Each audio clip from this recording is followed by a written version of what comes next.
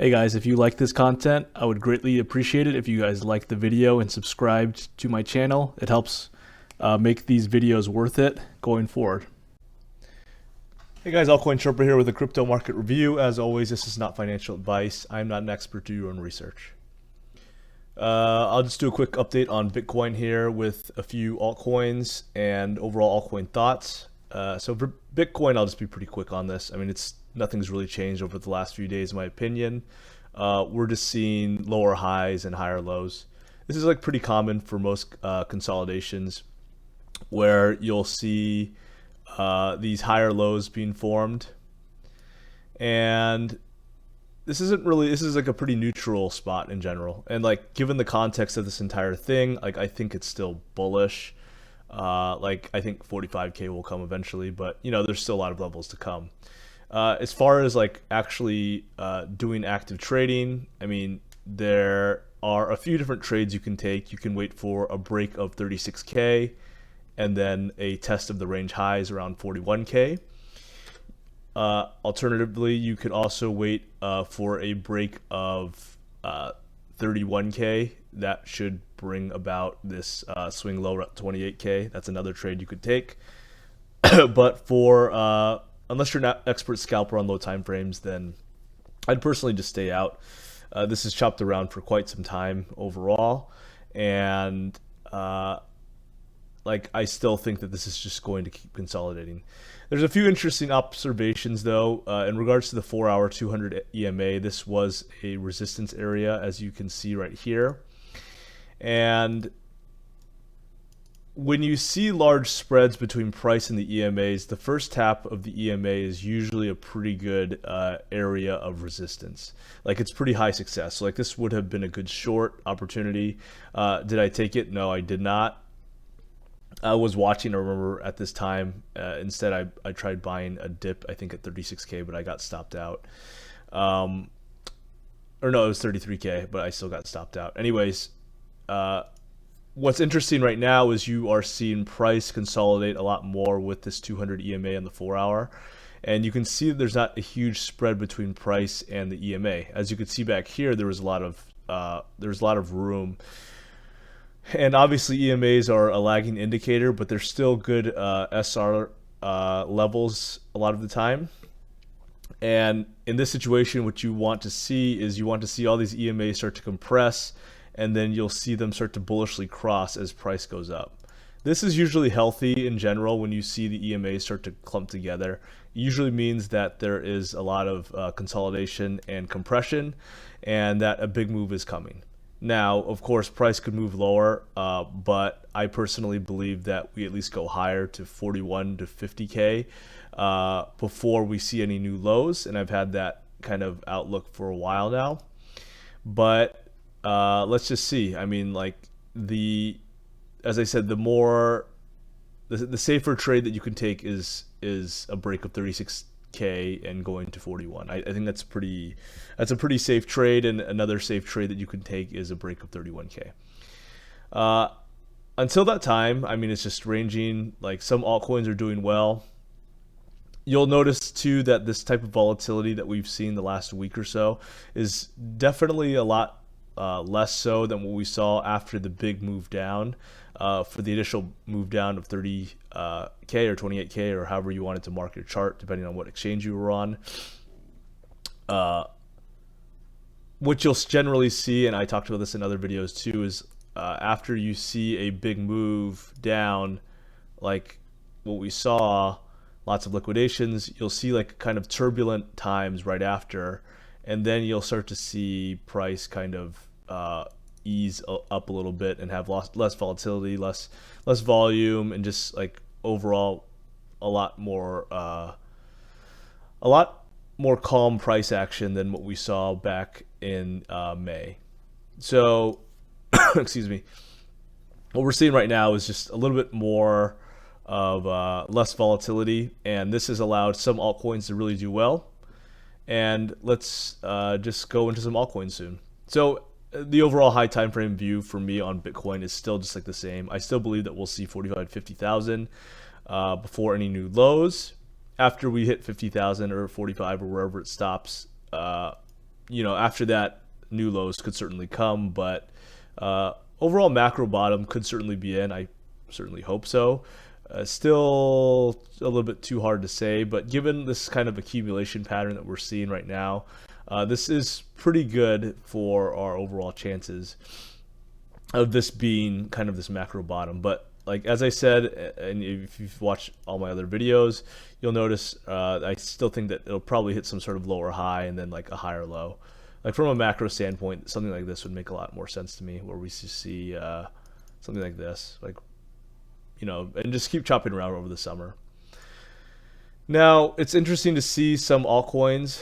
I noticed YFI, and many other altcoins have the same structure too. If you see the market structure on the 4-hour, all throughout May and June, we saw this kind of bearish market structure, or we saw lower highs and higher or lower lows all throughout this range. And when we saw this big wick down in late June with decent buy volume, this is usually indicative of a reversal coming soon. Now, that's not necessarily right away, but generally when you see high volume on both ends, sell volume and buy volume, then you can usually see a reversal coming. And this is kind of what's happening on the lower time frame charts, like the 4-hour and the 1-hour, is you can start to see these a slightly different shift in market structure, where we're starting to see some higher highs and higher lows. And you'll notice that this low around 31K was maintained for YFI. We saw this higher low being formed, and it's still being formed. So what I'd like to see here is a break of 38K for YFI, and many other coins have this type of market structure as well. And it's going to be very interesting to see, because overall, like, the altcoin charts are pretty destroyed. Like, this is like not good at all. Still looks ugly on high time frame charts. However, you start to see some shifts of market structure on lower time frames first, before like the bigger ones. Like Bitcoin, it wouldn't surprise me at all to see this kind of inch up, hit like a resistance area around 50K, or probably even lower, and then fill out some of this inefficient move back from 70 to 25. Holy cow, they got fucking wiped. But yeah, this is kind of my overall thoughts on YFI. Like, you might start to see some shifts in market structure on the lower time frames. Other altcoins that I like, as I said before, I've long said I like Luna. Like, this looks like it's accumulating to me. It's in a range. It's in a tight range. We're seeing this resistance area around $8. It wouldn't surprise me to see a tap of like something like $6.60 or so. Anywhere from like $7 to $6.30 would be an interesting buy area, in my opinion. Like, this is like a demand area around this zone. And it's also like a former SR level as well, around 650. So like, you could probably consider putting your bids there. And that's like a pretty decent buy, in my opinion.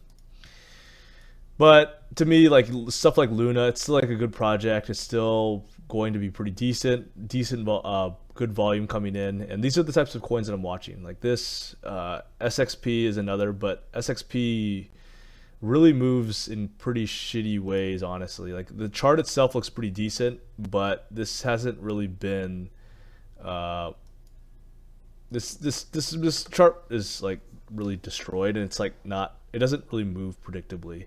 Like, stuff like Luna is just like a good coin, but SXP is just a shit coin. I mean, they're all shit coins, obviously, but so yeah, like, SXP is another coin that looks similar to Luna, but it probably will not have as strong of results. Let's look at AXS.